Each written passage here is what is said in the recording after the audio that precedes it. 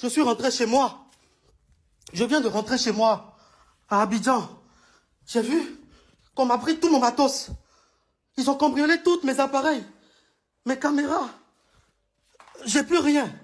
Ivoirien, non, tu es trop fort. On m'a tout pris.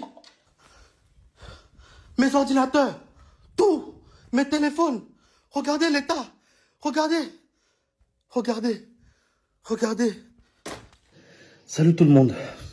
Vous me connaissez, Ladji.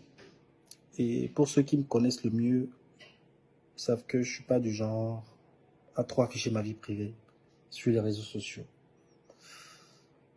Il y a quelques semaines, j'ai vécu quelque chose de très dangereux. Terrible même, si on doit le dire. À Abidjan, chez moi, à mon domicile. Où des cambrioleurs sont arrivés, ils ont tout pris. Mes téléphones, ordinateurs, mon matériel de travail audiovisuel, ma PS5. Ils ont aussi pris mon argent. Le plus important, c'était l'argent que j'avais retiré quelques jours plus tôt. L'argent que je devais amener au Bénin pour faire un film. Ils ont tout pris. Tout. Ils m'ont vraiment dépouillé.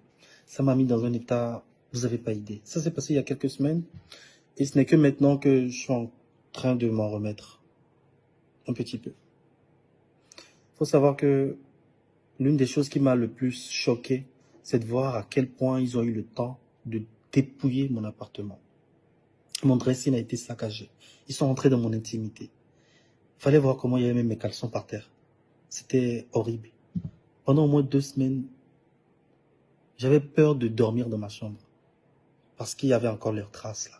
Mon lit a été retourné. Mes placards ont tout été ouverts, tout saccagé. Tout.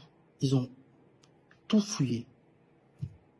Je me suis rendu compte que ma maison n'était pas aussi sécurisée que je le pensais parce que j'ai des caméras. Mais j'avais pas des caméras partout. Cet épisode m'a quand même permis de voir les failles de sécurité de ma maison. Ça m'a permis de mettre les caméras où il n'y en avait pas et aussi des alarmes infrarouges où il n'y en avait pas. D'accord? Mais ce qui me fait le plus peur, parce que j'étais pas présent quand ils sont arrivés, ce qui me fait le plus flipper, c'est si j'avais été présent, ça aurait pu être beaucoup plus grave que cela. Beaucoup plus grave. Ma première réaction quand j'ai constaté les faits, quand je suis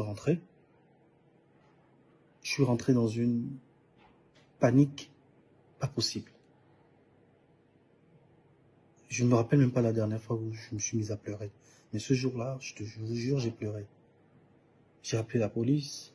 Il y a mes potes, Paul et Teknouche, Alassane, qui étaient avec moi, qui m'ont aidé à faire quelques démarches. On allait à la police, etc., etc.